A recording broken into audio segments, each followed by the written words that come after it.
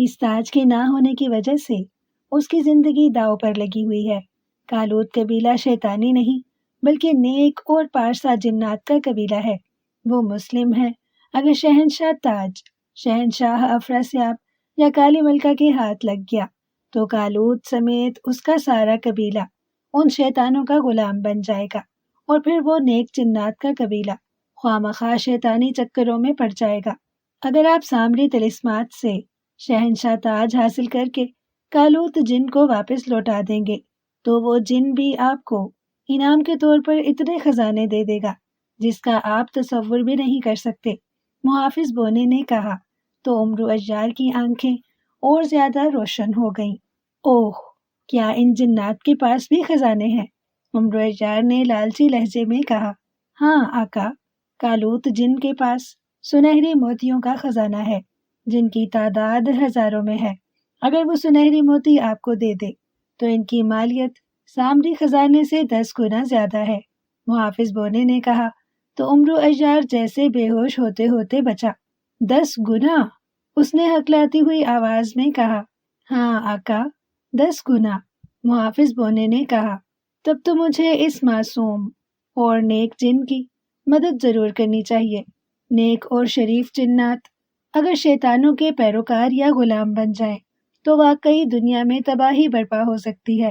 مجھے دنیا کو تباہ ہونے اور خاص طور پر کالوت قبیلے کے جنات کو شیطانوں کا پیروکار اور ان کا غلام بننے سے روکنا ہوگا، عمرو اجار نے کہا۔ تو محافظ بونا عمرو اجار کے دل کی اصل بات اس کے چہرے پر ظاہر ہوتے دیکھ کر بے اختیار مسکرا دیا۔ وہ عمرو اجار کی رگ رگ سے واقف تھا۔ وہ جانتا تھا کہ عمرو اجار کی یہ ساری اداکاری صرف اور صرف سامری طلسمات سے سامری خزانے حاصل کرنے اور کالوت قبیلے کے جنات کے سردار سے سنہری موتیوں کا خزانہ حاصل کرنے کے لیے تھی۔ ہاں آقا، آپ کو ان جنات کی واقعی مدد کرنی چاہیے، محافظ بونے نے کہا۔ ٹھیک ہے تو چلو، مجھے ابھی اور اسی وقت سامری کے طلسمات میں لے چلو۔ میں ابھی جا کے سامری جادوگر کے سارے طلسمات ختم کر دیتا ہوں اور وہاں سے شہنشاہ تاج حاصل کر کے کالوت جن کو واپس کر آتا ہوں۔ چلو چلو، جلدی چلو، عمرو اجار نے بے چین لہجے میں کہا۔ میں آپ کو بتا چکا ہوں آقا، آپ اکیلے جا کر سامری طلسمات سر نہیں کر سکیں گے۔ یہ کام آپ کو اور شہنشاہ افراسیاب کو مل کر ہی کرنا ہوگا۔ 3 طلسمات آپ سر کریں گے اور 3 طلسمات شہنشاہ افراسیاب تباہ کرے گا۔ پھر 7ویں طلسم میں آپ دونوں کو ایک ساتھ مل کر ایک بڑا اور خوفناک طلسم تباہ کرنا ہوگا۔ اس کے بعد ہی آپ دونوں خزانے کے کنویں میں داخل ہو سکیں گے جہاں سامری خزانہ بھی موجود ہے اور شہنشاہ تاج بھی، محافظ بونے نے کہا۔ اوہ، تو تمہارا کیا مشورہ ہے؟ کیا مجھے شہنشاہ افراسیاب کے ساتھ ان طلسمات کو سر کرنے جانا چاہیے یا نہیں؟ عمرو اجار نے چونکتے ہوئے کہا۔ آپ کو وہاں جانا ہی پڑے گا آقا۔ اگر آپ نے ایسا نہ کیا تو کالوت قبیلے کے جنات کی سرداری ختم ہو جائے گی۔ وہاں بھی ایک شیطان جن ہے جو کالوت جن کے تخت پر نظریں جما کر بیٹھا ہوا ہے۔ جیسے ہی کالوت جن کی قبیلے سے سرداری ختم ہوگی وہ اسے فوراً ہلاک کر دے گا اور اس کی جگہ خود قبیلے کا سردار بن جائے گا۔ اگر ایسا ہوا تو وہ شہنشاہ افراسیاب یا پھر کالی ملکہ سے مل کر وہی کچھ کر سکتا ہے جو وہ دونوں چاہتے ہیں، محافظ بونے نے جواب دیتے ہوئے کہا۔ تو مجھے ضرورت کے لیے اس گدھے کے ساتھ کام کرنا پڑے گا، عمرو اجار نے دانت کچکچاتے ہوئے کہا۔ ایسا ہی وہ بھی کہتا ہے، محافظ بونے نے مسکرا کر کہا۔ کیا مطلب؟ کیا وہ مجھے گدھا سمجھتا ہے؟ عمرو اجار نے غصیلے لہجے میں کہا۔ جی ہاں، لیکن جو بھی ہے، اس وقت ضرورت کا تقاضا ہے کہ آپ شہنشاہ افراسیاب کا ساتھ دیں اور شہنشاہ افراسیاب آپ کا۔ آپ کی جو دشمنی ہے وہ چلتی رہے گی، لیکن سامری طلسمات سے شہنشاہ تاج کو نکالنا بے حد ضروری ہے، محافظ بونے نے کہا۔ ٹھیک ہے، اگر مجھے شہنشاہ افراسیاب کے ساتھ ہی سامری طلسمات میں جانا ہے تو پھر میں اس کا کوئی کہا کیوں مانوں؟ میں کیوں ملکہ حیرت جادو کے ساتھ طلسم ہوش ربا جاؤں؟ مجھے اگر اس کی ضرورت ہے تو اسے بھی میری ضرورت ہے، اس لیے اسے یہاں آنا پڑے گا۔ میرے پاس، اور اسے مجھے اس بات پر راضی کرنے کے لیے گڑ گڑانا پڑے گا کہ میں اس کی مدد کروں اور اس کے ساتھ سامری طلسمات میں جاؤں۔ عمرو اجار نے غصیلے لہجے میں کہا۔ شہنشاہ افراسیاب اسے گدھا سمجھتا تھا اور مجبوراً اس کے ساتھ طلسمات میں جانے کے لیے تیار ہوا تھا۔ یہ سن کر عمرو اجار کو واقعی غصہ آ گیا تھا، اس لیے اس نے شہنشاہ افراسیاب کو اپنے سامنے بلا کر اسے زج کرنے کا فیصلہ کر لیا تھا۔ اس کی بات سن کر محافظ بونا سر ہلا کر رہ گیا۔ ظاہر ہے وہ اس کے سوا اور کر بھی کیا سکتا تھا۔ ٹھیک ہے، ساری باتیں میری سمجھ میں آ گئی ہیں، تم زنبیل میں واپس چلے جاؤ۔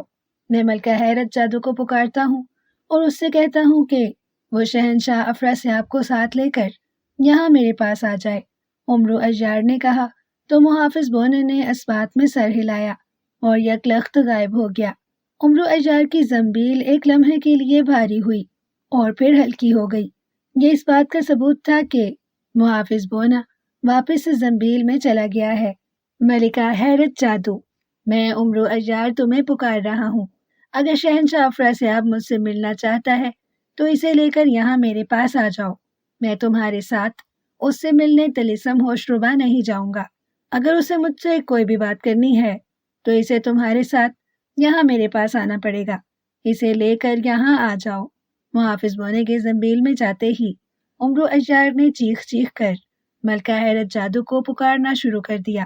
وہ بار بار چیختا ہوا یہی الفاظ دہرا رہا تھا۔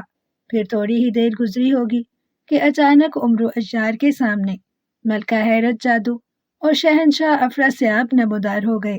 جو ہی شہنشاہ افراسیاب کی نظریں عمرو اجار پر پڑی تو اس کے چہرے پر غصے اور نفرت کے تاثرات پھیل گئے، جبکہ اسے دیکھ کر عمرو اجار کے ہونٹوں پر طنزیہ مسکراہٹ ابھر آئی۔ میں تمہارے کہنے پر شہنشاہ افراسیاب کو یہاں ہی لے آئی ہوں عمرو اجار، ملکہ حیرت جادو نے عمرو اجار کی طرف دیکھتے ہوئے کہا۔ اچھا کیا جو تم اس بدصورت اور بدشکل جادوگر کو یہاں لے آئی ہو، ورنہ میں اس کے کہنے پر اس سے ملنے طلسم ہوشربا آتا تو خواہ اسے دیکھ کر مجھے غصہ آ جاتا اور میں اس کے سر سے شہنشاہیت کا تاج اتار کر جوتے مارنا شروع کر دیتا۔ عمرو اجار نے کہا تو اس کی بات سن کر نہ صرف شہنشاہ افراسیاب بلکہ ملکہ حیرت جادو کا چہرہ بھی غصے سے بگڑ گیا۔ یہ تم کیا بکواس کر رہے ہو عمرو اجار؟ یہ مت بھولو کہ تمہارے سامنے طلسم ہوشربا کا شہنشاہ افراسیاب اور ملکہ حیرت جادو موجود ہیں۔ تم اس طرح ہماری توہین نہیں کر سکتے۔ ملکہ حیرت جادو نے غصیلے لہجے میں کہا۔ توہین ان کی جاتی ہے جن کی کوئی عزت ہوتی ہے۔ تم اپنے شوہر کی عزت کرتی ہو تو کرتی رہو، میں کیوں کروں اس کی یا تمہاری عزت؟ تم میرے سسرالی تو ہو نہیں۔ عمرو اجار نے منہ بناتے ہوئے کہا تو شہنشاہ افراسیاب کا چہرہ یکلخت لال بھبوکا ہو گیا۔ اپنی اوقات میں رہو عمرو اجار، تم ضرورت سے زیادہ بکواس کر رہے ہو۔ شہنشاہ افراسیاب نے گرج کر کہا، میں ہمیشہ اپنی اوقات میں ہی رہتا ہوں، تم اپنی اوقات کی بات کرو۔ بد شکل جادوگر، اور بکواس میں نہیں تم کرتے ہو ہمیشہ، عمرو اجار نے غصیلے لہجے میں کہا۔ ملکہ حیرت جادو، یہ سب کیا ہے؟ کیا ہم آپ کے کہنے پر اس بدبخت انسان سے اپنی توہین کرانے کے لیے آئے ہیں؟ شہنشاہ افراسیاب نے ملکہ حیرت جادو پر الٹتے ہوئے کہا۔ عمرو اجار کی باتوں پر ملکہ حیرت جادو کو بھی غصہ آ رہا تھا، لیکن وہ شہنشاہ افراسیاب کی طرح جذباتی اور فوراً غصے میں آنے والی نہیں تھی، بلکہ ٹھنڈے مزاج کی عورت تھی۔ اس نے جو صورتحال بگڑتے دیکھی تو وہ شہنشاہ افراسیاب کے سامنے آ گئی۔ یہ مذاق کر رہا ہے آقا، آپ اس کی باتوں کا برا نہ منائیں، آپ خاموش رہیں، میں اس سے بات کرتی ہوں، ملکہ حیرت جادو نے کہا تو شہنشاہ افراسیاب اسے تیز نظروں سے گھورنے لگا۔ نہیں ملکہ حیرت جادو، تمہیں مجھ سے بات کرنے کی کوئی ضرورت نہیں ہے۔ تمہارا اور اس پاگل شہنشاہ کا یہاں آنا اور میری طرف خیر سگالی کے لیے ہاتھ بڑھانے کا مقصد کچھ میری سمجھ میں آ رہا ہے۔ تم دونوں ضرور کسی مصیبت میں مبتلا ہو، یا پھر ہو سکتا ہے کہ تمہاری بیٹی شہزادی ساسان جادو نے پھر سے تمہیں تنگ کرنا شروع کر دیا ہے کہ وہ مجھ سے شادی کرنا چاہتی ہے۔ تم اسے سمجھا نہیں سکتے، اس لیے مجھے سمجھانے کے لیے آ گئے ہو۔ عمرو اجار نے جان بوجھ کر بات بناتے ہوئے کہا۔ وہ انہیں یہ نہیں بتانا چاہتا تھا کہ اسے شہنشاہ تاج اور ان کے اصل ارادوں کا علم ہو چکا ہے۔ اوہ نہیں عمرو اجار، ایسی بات نہیں ہے۔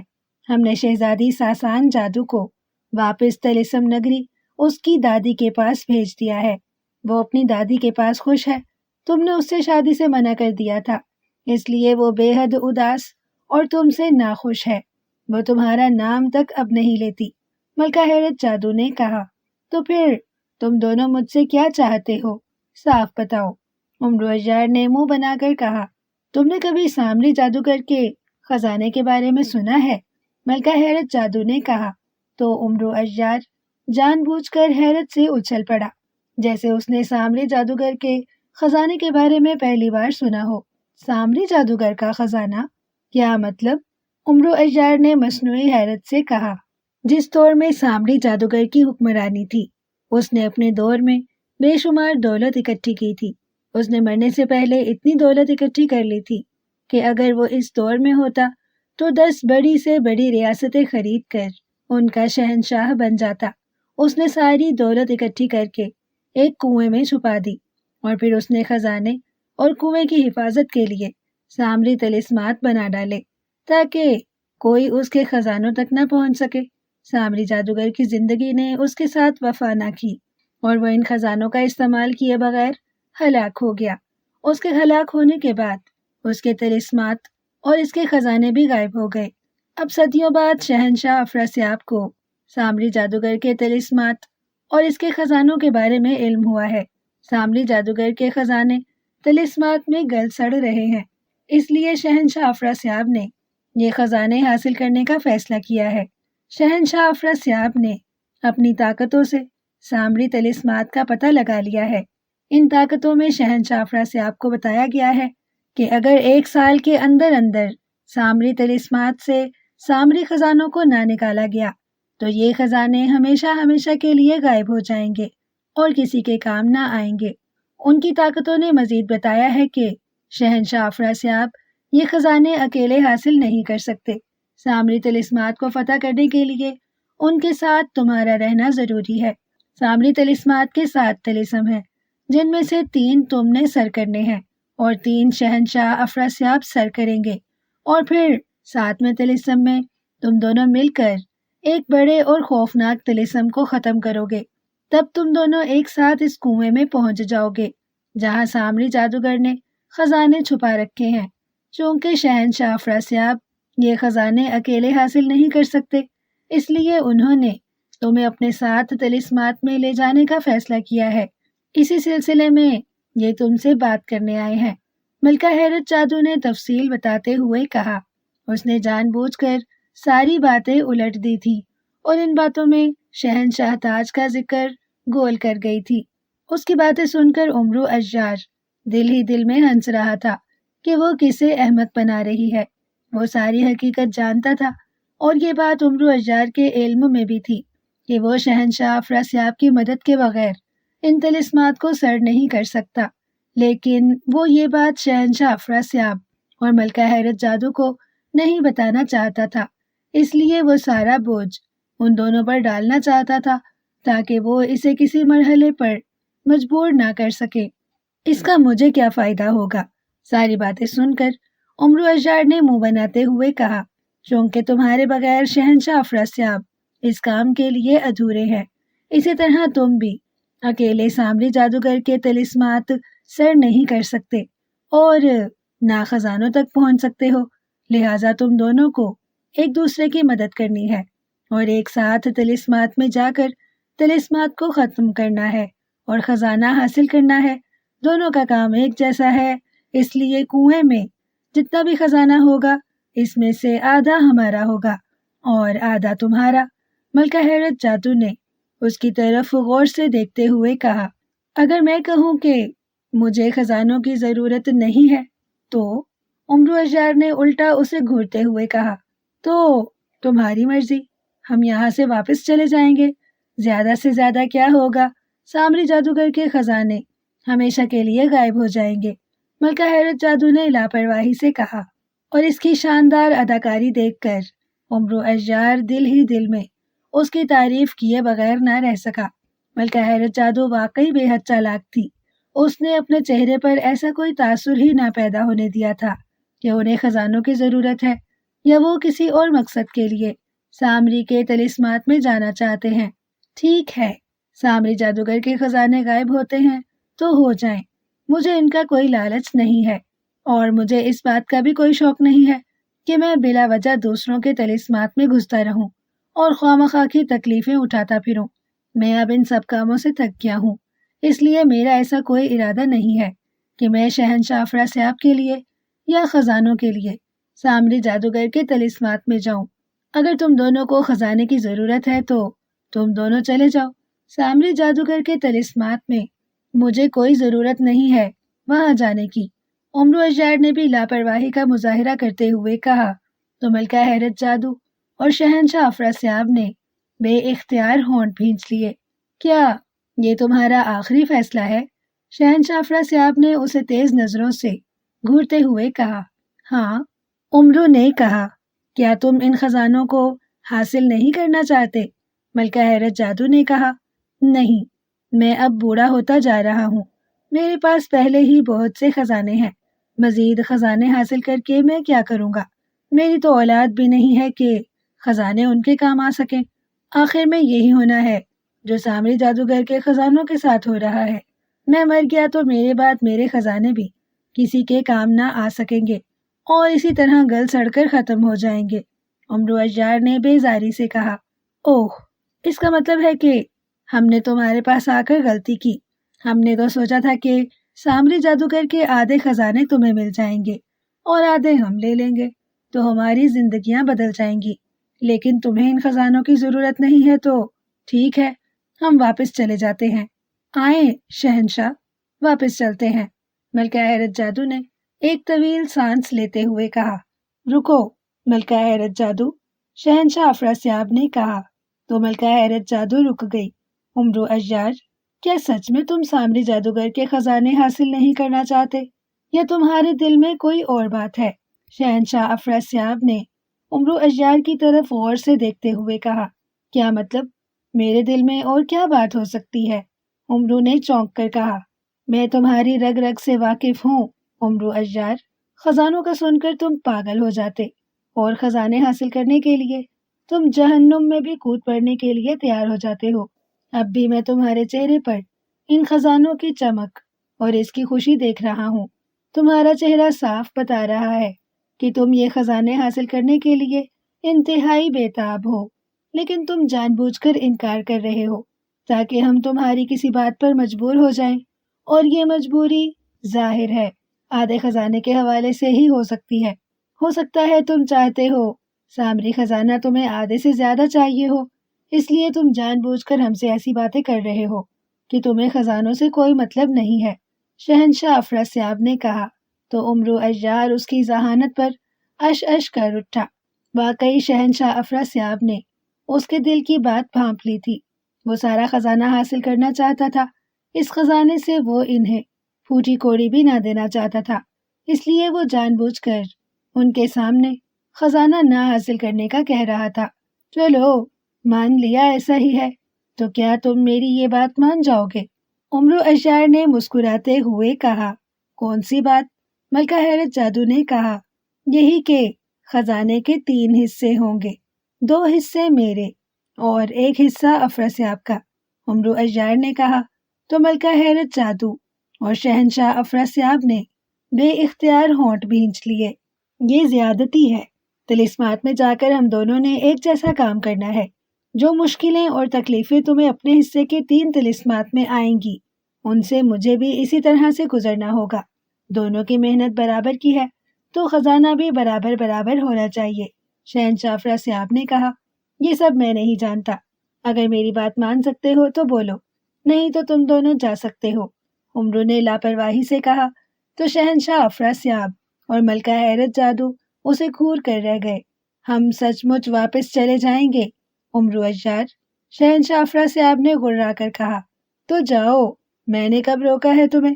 عمرو اشجار نے ہنس کر کہا تو شہنشاہ افراسیاب دانت کچکچا کر رہ گیا۔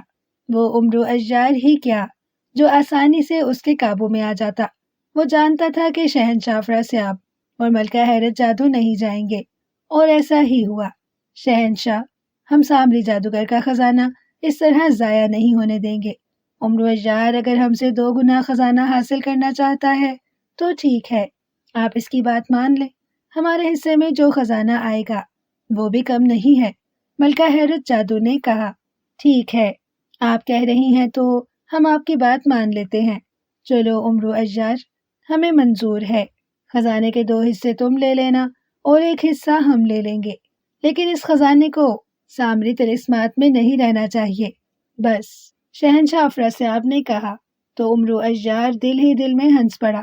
اب آیا ہے اونٹ پہاڑ کے نیچے، تم ایک بار میرے ساتھ چلو تو صحیح، میں تم سے تمہارے حصے کا خزانہ بھی نہ چھین لوں تو میرا نام عمرو اشجار نہیں۔ عمرو اشجار نے بڑبڑاتے ہوئے کہا، کیا کہا تم نے؟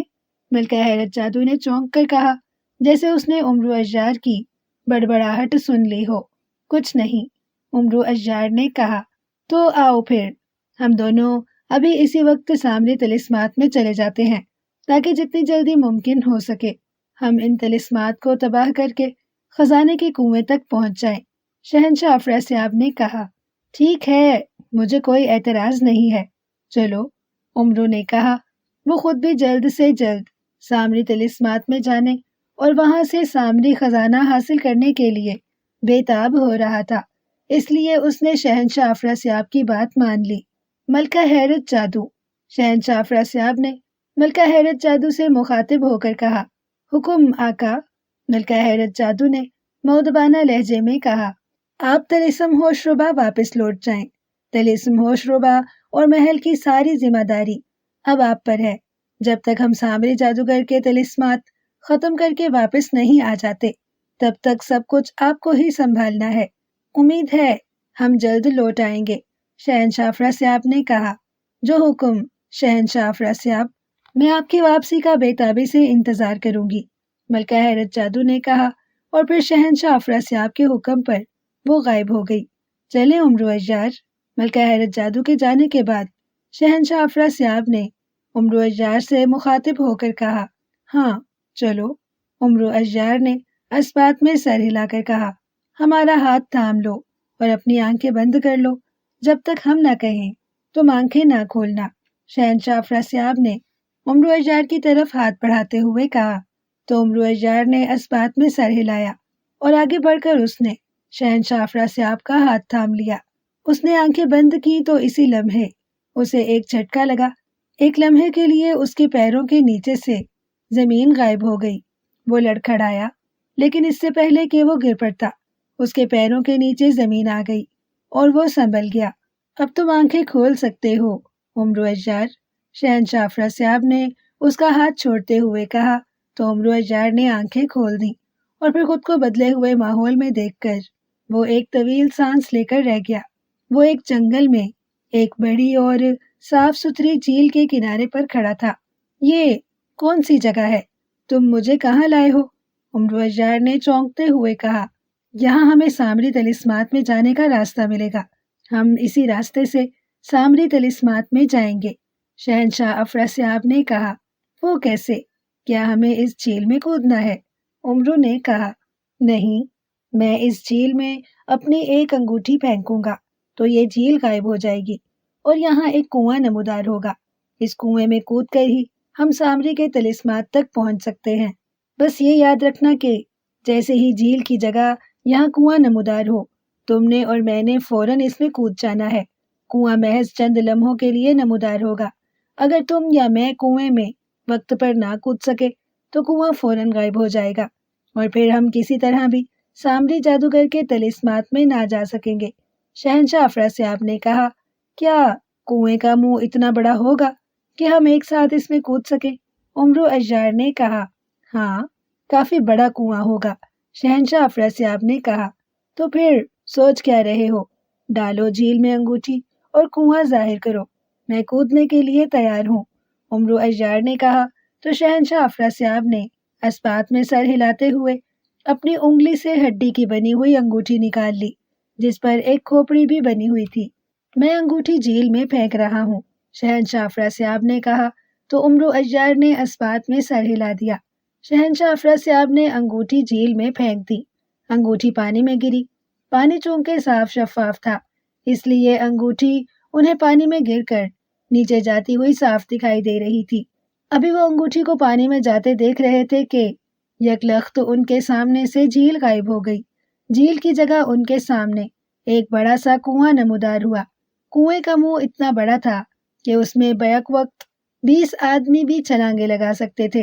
کنواں آ گیا ہے عمرو اجار، کود جاؤ اس میں، شہنشاہ افراسیاب نے کنواں دیکھ کر چیختے ہوئے کہا، اور ساتھ ہی اس نے کنویں میں چھلانگ لگا دی۔ عمرو اجار نے بھی کنویں میں چھلانگ لگانے میں دیر نہ لگائی۔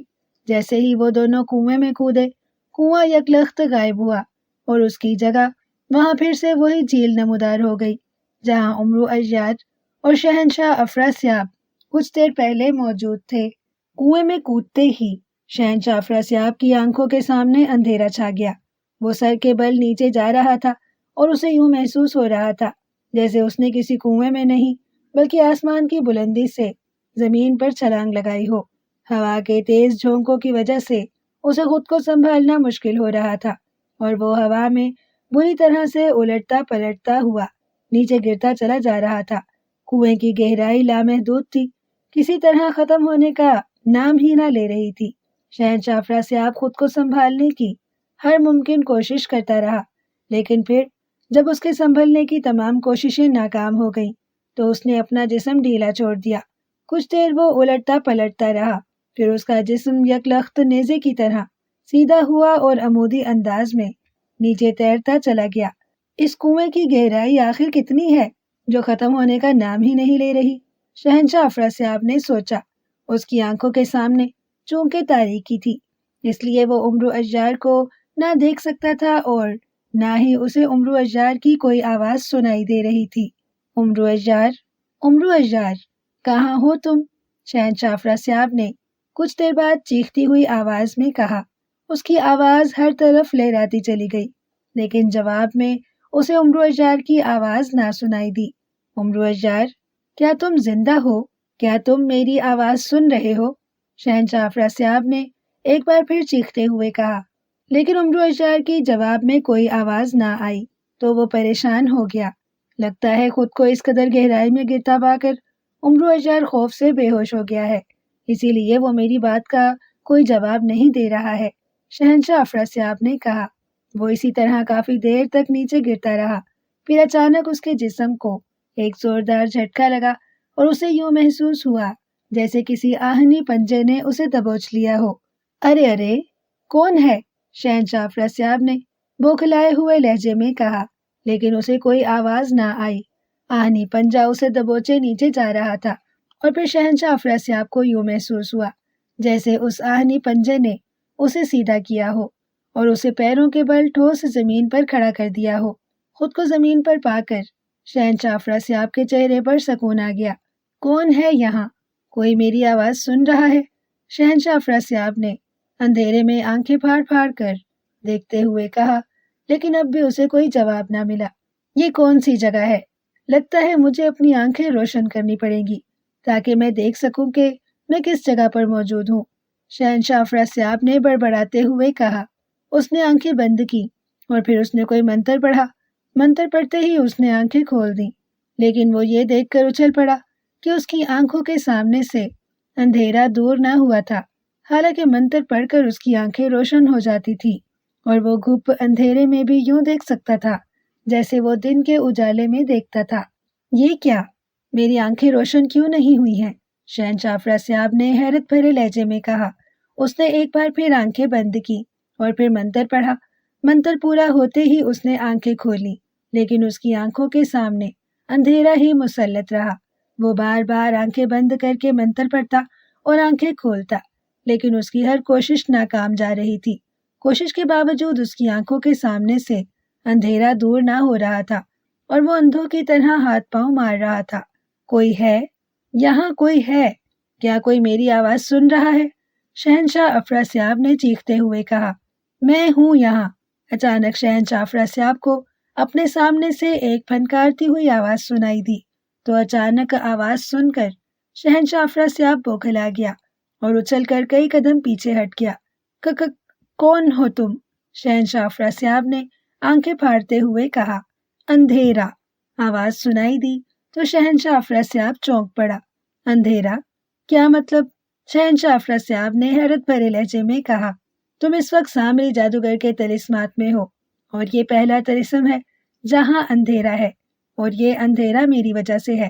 تم لاکھ کوشش کر لو، جتنے مرضی منتر پڑھو یا پھر کوئی بھی طریقہ استعمال کر لو، لیکن تم مجھے یہاں سے دور نہیں کر سکو گے، اور جب تک میں نہیں جاؤں گا تمہاری آنکھیں روشن نہیں ہوں گی اور تم یہاں کچھ بھی نہیں دیکھ سکو گے۔ اس آواز نے کہا۔ تو پھر میں کیسے دیکھ سکوں گا؟ شہنشاہ افراسیاب نے کہا۔ اگر تم اس طلسم کو دیکھنا چاہتے ہو اور اسے سر کرنا چاہتے ہو تو میرے ایک سوال کا جواب دینا ہوگا۔ جواب ملا۔ کون سا سوال؟ شہنشاہ افراسیاب نے کہا۔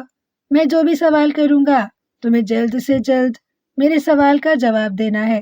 تمہارا جواب درست ہوا تو تمہاری آنکھوں کے سامنے سے تاریکی چھٹ جائے گی اور تمہارے سامنے سامری جادوگر کا طلسم کھل جائے گا۔ طلسم کیا ہے اور تمہیں کیا کرنا ہے، یہ طلسم کھلتے ہی تمہیں معلوم ہو جائے گا، اور اگر تم نے میرے سوال کا صحیح جواب نہ دیا تو تم اس تاریکی سے کبھی بھی نہ نکل سکو گے، ہمیشہ کے لیے یہاں قید ہو جاؤ گے۔ نہ تو کوئی تمہاری آواز سنے گا اور نہ ہی یہاں کوئی تمہاری مدد کے لیے آئے گا۔ اندھیرے نے جواب دیتے ہوئے کہا۔ ٹھیک ہے، اپنا سوال بتاؤ، شہنشاہ افراسیاب نے خود کو سنبھالتے ہوئے کہا۔ تم چونکہ طلسم ہوشربا کے شہنشاہ ہو، اس دور کے بہت بڑے جادوگر ہو، اس لیے میں تم سے مشکل سوال نہیں پوچھوں گا، لیکن تم سے جو بھی سوال کیا جائے گا تمہیں اس کا صحیح جواب دینا پڑے گا۔ اندھیرے نے جواب دیا۔ ٹھیک ہے، پوچھو، کیا پوچھنا ہے؟ شہنشاہ افراسیاب نے کہا۔ یہ بتاؤ کہ اس اندھیرے میں میرے علاوہ اور کون موجود ہے؟ اندھیرے نے پوچھا۔ تمہارے علاوہ اور کون ہے یہاں؟ یہ میں کیسے بتا سکتا ہوں؟ مجھے تو کچھ دکھائی ہی نہیں دے رہا، شہنشاہ افراسیاب نے حیرت بھرے لہجے میں کہا۔ اس کے باوجود تمہیں بتانا پڑے گا کہ میرے ساتھ اور کون ہے، اندھیرے نے گڑا کر کہا۔ تو شہنشاہ افراسیاب بوکھلا گیا۔ میں کیسے بتاؤں؟ مجھے تو تم بھی دکھائی نہیں دے رہے ہو، شہنشاہ افراسیاب نے پریشانی کے عالم میں کہا۔ وہ اندھیرے میں آنکھیں پھاڑ پھاڑ کر دیکھنے کی کوشش کر رہا تھا، لیکن وہاں اتنی تاریکی تھی کہ ہاتھ کو ہاتھ نہ سجھائی دیتا تھا، اس لیے شہنشاہ افراسیاب کو بھلا کیا دکھائی دے سکتا تھا۔ میں یہاں اکیلا نہیں ہوں شہنشاہ افراسیاب، میرے ساتھ یہاں کوئی اور بھی موجود ہے۔ بتاؤ کون ہے وہ، اس کا نام بتاؤ جلدی، ورنہ میں یہاں سے چلا جاؤں گا، اندھیرے نے انتہائی سخت لہجے میں کہا۔ تو شہنشاہ افراسیاب کا رنگ اڑ گیا، وہ پاگلوں کی طرح ادھر ادھر دیکھنے لگا۔ میں تم سے آخری بار پوچھ رہا ہوں شہنشاہ افراسیاب، میرے سوال کا جواب دو، میرے ساتھ یہاں کون موجود ہے؟ اندھیرے نے اس بار انتہائی گرجدار لہجے میں پوچھا۔ تمہارے ساتھ میں ہوں، شہنشاہ افراسیاب نے پریشانی کے عالم میں کہا۔ تو وہاں یکلخت خاموشی چھا گئی۔ کہاں ہو تم؟ کیا تم غائب ہو گئے ہو؟ شہنشاہ افراسیاب نے وہاں خاموشی ہوتے ہی خوف بھرے لہجے میں کہا۔ نہیں، میں یہی ہوں، مجھے تمہارا جواب مل گیا ہے شہنشاہ افراسیاب، اور تمہارا جواب درست ہے، اس لیے میں یہاں سے جا رہا ہوں۔ اب تمہارے سامنے سامری جادوگر کے طلسمات کا پہلا طلسم کھلے گا۔ اس طلسم میں کیا ہے اور تمہیں اسے کیسے سر کرنا ہے، یہ تمہیں بتا دیا جائے گا۔ آواز آئی۔ میرا جواب درست ہے؟ کیا مطلب؟ میں نے کون سا جواب دیا ہے؟ شہنشاہ افراسیاب نے پوچھا۔ میں نے پوچھا تھا کہ میرے علاوہ یہاں کون موجود ہے، اور تم نے اپنا نام لے کر بتایا ہے کہ میرے ساتھ تم یعنی شہنشاہ افراسیاب موجود ہو، یہی میرے سوال کا اصل جواب تھا، اندھیرے نے جواب دیا، اور پھر اسی لمحے تیز زناٹے دار آواز سنائی دی، اور اس کے ساتھ ہی وہاں سے یکلخت تاریکی چھٹتی چلی گئی، ہر طرف تیز روشنی پھیل گئی۔ روشنی اتنی تیز تھی کہ شہنشاہ افراسیاب کی آنکھیں چندھے آ گئی تھیں۔ اس نے فوراً آنکھیں موند لیں، اور پھر اس نے تھوڑی دیر بعد آنکھیں کھولیں، اور جب اس کی آنکھیں روشنی میں دیکھنے کے قابل ہوئیں تو وہ یکلخت اچھل پڑا۔ اس کی آنکھیں خوف سے پھیلتی چلی گئیں۔ اس کے سامنے ایک ہولناک منظر تھا۔ ایسا منظر جسے دیکھ کر اس کے حقیقتاً ہوش اڑ گئے تھے۔ کنویں میں کودتے ہی عمرو اجار کو یوں لگا جیسے کسی نے اسے یکلخت دبوچ لیا ہو اور اسے زمین پر پیروں کے بل کھڑا کر دیا ہو۔ اسے کنویں کی تہہ میں پہنچنے میں دیر نہ لگی تھی۔ اس کی آنکھوں کے سامنے بھی اندھیرا تھا۔ عمرو اجار احتیاطاً اپنی جگہ پر کھڑا رہا، جیسے وہ پہلے یہ جاننا چاہتا ہو کہ وہ کہاں پر موجود ہے۔ وہ کوئی دلدلی علاقہ بھی ہو سکتا تھا کہ وہ آگے بڑھتا اور کسی دلدل میں جا گرتا، یا پھر کسی کھائی اور گڑھے میں۔ اس لیے اس نے 1 انچ بھی اپنی جگہ سے ہلنے کی کوشش نہ کی تھی۔ اسے ایک بات جو سب سے عجیب لگ رہی تھی وہ یہ تھی کہ اس کے پیر تو زمین پر تھے، لیکن زمین آہستہ آہستہ جھول رہی تھی۔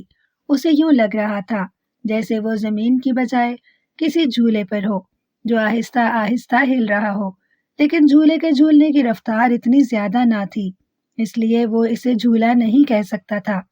شہنشاہ افراسیاب، کہاں ہو تم؟ کیا تم بھی میرے ساتھ یہاں پر موجود ہو؟ عمرو اجار نے شہنشاہ افراسیاب کو پکارتے ہوئے کہا، لیکن جواب میں شہنشاہ افراسیاب کی آواز سنائی نہ دی۔ شہنشاہ افراسیاب، کہاں ہو تم؟ شہنشاہ، شہنشاہ۔ عمرو اجار نے اسے زور زور سے آوازیں دیں، لیکن شہنشاہ افراسیاب نے اس کی بات کا کوئی جواب نہ دیا۔ عمرو اجار چند لمحے اندھیرے میں دیکھنے کی کوشش کرتا رہا، پھر اس نے زنبیل میں ہاتھ ڈالا اور شب چراغ ہیرا نکال لیا۔ چراغ ہیرا نکلتے ہی وہاں تیز روشنی پھیل جانی چاہیے تھی، لیکن ایسا نہ ہوا تھا۔ ہیرے سے روشنی ہونا تو درکنار، عمرو اجار کو ہیرے کی چمک بھی دکھائی نہ دی تھی۔ یہ کیا؟ یہ شب چراغ ہیرا روشن کیوں نہیں ہو رہا؟ عمرو اجار نے حیرت بھرے لہجے میں کہا۔ اس نے ہاتھ میں پکڑے ہوئے ہیرے کو زور سے جھٹکا، لیکن ہیرا اسی طرح تاریک رہا۔ شاید میں نے شب چراغ ہیرے کی جگہ زنبیل سے کوئی اور ہیرا نکال لیا ہے، عمرو اجار نے بڑبڑاتے ہوئے کہا۔ اس نے ہیرا زنبیل میں ڈالا اور پھر اس نے دل ہی دل میں کہا کہ زنبیل میں موجود شب چراغ ہیرا اس کے ہاتھ میں آ جائے۔ اس کی زنبیل کی یہی خاصیت تھی کہ اسے جس چیز کی ضرورت ہوتی تھی وہ زنبیل میں ہاتھ ڈالتا تھا اور صرف دل میں اس چیز کا تصور کرتا تھا اور وہ چیز فوراً اس کے ہاتھ میں آ جاتی تھی۔ اس لیے اسے زنبیل میں جھانک کر دیکھنے یا کوئی بھی چیز ڈھونڈ کر نکالنے کی ضرورت ہی نہ پڑتی تھی۔ مجھے شب چراغ ہیرا چاہیے، عمرو اجار نے زنبیل میں ہاتھ لہراتے ہوئے کہا۔ اسی لمحے اس کے ہاتھ میں ایک ٹھوس ہیرا آ گیا۔ اس نے ہیرا باہر نکالا، لیکن اب بھی وہی مسئلہ رہا۔ ہیرا اس کے ہاتھ میں تھا لیکن اس میں چمک نہ تھی اور نہ ہی وہاں کوئی روشنی ہوئی تھی۔ یہ کیا اصرار ہے؟ یہاں شب چراغ ہیرا روشن کیوں نہیں ہو رہا ہے؟ عمرو اجار نے حیرت بھرے لہجے میں کہا۔ اس نے شب چراغ ہیرا زنبیل میں ڈالا اور اس کی جگہ زنبیل سے روشن مشل نکال لی۔ مشل نکال کر اس نے اپنے منہ کے پاس کی اور اس پر زور سے پھونک ماری۔ پھونک مارتے ہی مشل روشن ہو جاتی تھی اور اس کی روشنی بھی کسی طرح شب چراغ ہیرے سے کم نہ ہوتی تھی، لیکن مشل پر پھونک مارنے کے باوجود وہ روشن نہ ہوئی تو عمرو اجار کے چہرے پر سچ مچ انتہائی حیرت کے تاثرات ابھر آئے۔ یہ کیا مسئلہ ہو گیا ہے؟ یہ میری کراماتی چیزیں میرا کہا کیوں نہیں مان رہی ہیں؟ عمرو اجار نے حیرت بھرے لہجے میں کہا۔ اس نے 2-3 بار مشل پر پھونک مار کر اسے روشن کرنے کی کوشش کی، لیکن جب مشل روشن نہ ہوئی تو اس نے جھلائے ہوئے انداز میں مشل واپس زنبیل میں ڈال لی۔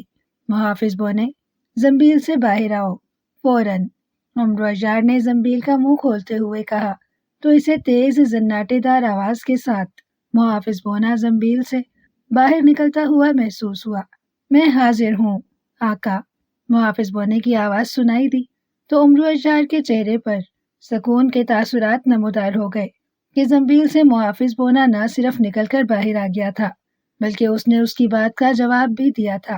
سب سے پہلے یہ بتاؤ کہ یہ شہنشاہ افراسیاب کہاں ہے اور میری بات کا جواب کیوں نہیں دے رہا؟ عمرو نے کہا۔ وہ یہاں نہیں ہے آقا، محافظ بونے نے کہا تو عمرو اجار چونک پڑا۔ یہاں نہیں ہے کا کیا مطلب ہے؟ اس نے میرے ساتھ ہی کنویں میں چھلانگ لگائی تھی، عمرو اجار نے کہا۔ کنویں میں چھلانگ لگاتے ہی وہ اپنے حصے کے 3 طلسمات کی طرف چلا گیا تھا اور آپ ان 3 طلسمات میں پہنچ گئے جنہیں آپ نے سر کرنا ہے۔ اب آپ دونوں کی ملاقات 7ویں طلسم میں ہی ہوگی۔ محافظ بونے نے جواب دیا۔ اوہ اچھا، اب یہ بتاؤ کہ یہ کیا اسرار ہے؟ میں نے یہاں روشنی کرنے کے لیے زنبیل سے شب چراغ ہیرا اور روشن مشل نکالی تھی، لیکن دونوں روشن نہ ہوئے تھے۔ عمرو اجار نے کہا، آپ اس وقت شیطانی پنجرے میں قید ہیں آقا۔ شیطانی پنجرے میں قید ہونے کی وجہ سے زنبیل کی کراماتی چیزیں آپ کا ساتھ نہیں دے رہی ہیں، محافظ بونے نے جواب دیا۔ تو عمرو اجار بری طرح سے اچھل پڑا۔ شیطانی پنجرہ؟ اوہ، یہ تم کیا کہہ رہے ہو؟ میں شیطانی پنجرے میں قید ہوں؟ عمرو اجار نے بوکھلائے ہوئے لہجے میں کہا۔ ہاں آقا، یہ پنجرہ آپ کے قد سے بڑا اور کافی کھلا ہے۔ پنجرہ ایک سیاہ درخت کی ڈال پر لٹکا ہوا ہے اور آپ اسی پنجرے میں موجود ہیں۔ سیاہ درخت پر سیاہ رنگ کی مکڑیاں موجود ہیں جو لٹکے ہوئے پنجرے کی طرف بڑھ رہی ہیں۔ یہ مکڑیاں اگر اس پنجرے میں پہنچ گئیں تو آپ کے لیے مشکل ہو جائے گی۔ مکڑیاں آپ کو نہ صرف کاٹ کھائیں گی بلکہ آپ کی ہڈیاں بھی چبا جائیں گی۔ اس لیے آپ کو جلد سے جلد اس پنجرے سے آزادی حاصل کرنی ہوگی۔ اس پنجرے سے نکل کر ہی آپ سامری جادوگر کے پہلے طلسم میں پہنچ سکتے ہیں، محافظ بونے نے تفصیل بتاتے ہوئے کہا۔ تو یہ سن کر عمرو اجار خوفزدہ ہو گیا کہ وہ ایک لٹکے ہوئے پنجرے میں قید تھا جس میں سیاہ مکڑیاں داخل ہونے کے لیے آ رہی تھی اور وہ مکڑیاں اسے کاٹ کاٹ کر کھا سکتی تھی۔ للل، لیکن مجھے اس پنجرے میں کیوں لٹکایا گیا ہے اور میں اس پنجرے سے نکلوں گا کیسے؟ عمرو اجار نے حیرت اور خوف بھرے لہجے میں کہا۔ یہ اس طلسم کے پہلے مرحلے کا پہلا حصہ ہے۔ ہر طلسم کے پہلے حصے میں آپ کسی نہ کسی ایسی جگہ قید ہوں گے جہاں سے نکلنے کے لیے آپ اپنی کوئی کراماتی چیز کا استعمال نہ کر سکیں گے۔ پہلے مرحلے میں آپ سے طلسم کی کوئی نہ کوئی مخلوق آ کر آپ سے ایک سوال کرے گی اور آپ کو اس کے سوال کا جواب دینا ہوگا۔ جیسے ہی آپ اس کے سوال کا ٹھیک جواب دیں گے آپ ہر طلسم کے پہلے مرحلے کی قید سے نکل جائیں گے۔ ابھی تھوڑی دیر میں مکڑیاں پنجرے کی سلاخوں پر چھا جائیں گی اور پھر ان میں سے ایک مکڑی انسانی آواز میں آپ سے بات کرے گی اور آپ سے سوال کرے گی۔ اسے جیسے ہی صحیح جواب ملے گا وہ نہ صرف غائب ہو جائے گی بلکہ آپ بھی پنجرے سے آزاد ہو کر اپنے حصے کے پہلے طلسم کے دوسرے مرحلے میں پہنچ جائیں گے جہاں آپ کو اصل طلسم فتح کرنا پڑے گا، محافظ بونے نے جواب دیتے ہوئے کہا۔ لیکن وہ سیاہ مکڑی مجھ سے کیا سوال کرے گی اور اگر میں نے اس کے سوال کا صحیح جواب نہ دیا تو میرے ساتھ کیا ہوگا؟ عمرو اجار نے تشویش زدہ لہجے میں کہا۔ پھر تو وہ مکڑیاں پنجرے میں داخل ہو کر آپ پر پل پڑیں گی اور اس کے بعد جو ہوگا وہ میں آپ کو پہلے ہی بتا چکا ہوں، محافظ بونے نے کہا۔ تو کیا مجھے جو یہ زمین جھولتی ہوئی محسوس ہو رہی ہے وہ اصل میں پنجرہ ہے؟ عمرو نے ہونٹ چباتے ہوئے کہا۔ ہاں آقا، محافظ بونے نے جواب دیا۔ تم میرے ساتھ رہو اور سیاہ مکڑی مجھ سے جو بھی سوال کرے مجھے اگر اس کا جواب معلوم ہوا تو ٹھیک ہے، ورنہ تم میری مدد کرنا اور مجھے اس مکڑی کے سوال کا جواب بتا دینا۔ عمرو اجار نے کہا۔ نہیں آقا، اس مکڑی کے سوال کا جواب آپ کو ہی دینا پڑے گا، میں آپ کی اس معاملے میں کوئی مدد نہیں کر سکوں گا، محافظ بونے نے کہا۔ تو عمرو اجار نے بے اختیار ہونٹ بھینچ لیے۔ کیوں؟ تم میری مدد کیوں نہیں کرو گے؟ کوئی وجہ؟ عمرو اجار نے پریشانی کے عالم میں کہا۔ یہ شیطان سامری جادوگر کے طلسمات ہیں اور سامری جادوگر کو ہلاک ہوئے کئی 100 سال گزر چکے ہیں۔ یہ اس دور کے طلسمات ہیں جب میرا اور آپ کا اس دنیا میں کوئی وجود نہ تھا، اس لیے ان طلسمات کے بارے میں جب مجھے کچھ معلوم ہی نہیں ہے تو میں آپ کی کیا مدد کروں گا؟ میں اسی صورت میں آپ کی مدد کر سکوں گا جب آپ کے سامنے اصل طلسم کھلے گا۔ اس طلسم میں کیا ہوگا اور اسے آپ کیسے سر کر سکیں گے، اسے دیکھنے کے بعد ہی میں آپ کو فائدہ پہنچا سکوں گا، اس سے پہلے نہیں۔ اور طلسمات کے پہلے مرحلے میں سوالات کے جوابات دینا میرے بس کی بات نہیں ہے۔ یہ آپ کی ذہانت پر منحصر ہوگا کہ آپ کس سوال کا کیا جواب دیتے ہیں، محافظ بونے نے کہا۔ طلسمات کی دنیا میں آنے کے بعد تم اکثر اسی طرح سے بدل جاتے ہو اور مجھے فائدہ کم اور نقصان زیادہ پہنچاتے ہو اور سب کچھ مجھ پر چھوڑ دیتے ہو۔ اگر ایسا ہی کرنا ہوتا ہے تو پھر مجھے تمہیں بلانے کا کیا فائدہ؟ عمرو اجار نے منہ بنا کر کہا۔ اب کیا کروں آقا، میں آپ کا غلام ہوں اور ایک بونا ہی تو ہوں، مجھ سے جو ممکن ہوتا ہے کر دیتا ہوں، جو بات میرے بس سے بھی باہر ہو، بھلا اس کے لیے میں کیا کر سکتا ہوں؟ محافظ بونے نے جواب دیا۔ تو عمرو اجار ایک طویل سانس لے کر رہ گیا۔ اچانک اسے ایک خیال آیا۔ اس نے فوراً زنبیل میں ہاتھ ڈالا اور زنبیل سے سلیمانی سرما نکال لیا۔ اس نے سرما دانی سے سرمچو کی مدد سے اپنی آنکھوں میں سرما لگایا تو یہ دیکھ کر اس کی مسرت کی انتہا نہ رہی کہ سلیمانی سرما لگاتے ہی اس کی آنکھیں روشن ہو گئی تھیں اور اسے اب اندھیرے میں بھی دن کے اجالے جیسا دکھائی دے رہا تھا، اور یہ دیکھ کر وہ واقعی خوفزدہ ہو کر رہ گیا تھا کہ وہ ایک میدان میں موجود تھا جہاں سیاہ رنگ کا ایک عجیب و غریب درخت تھا۔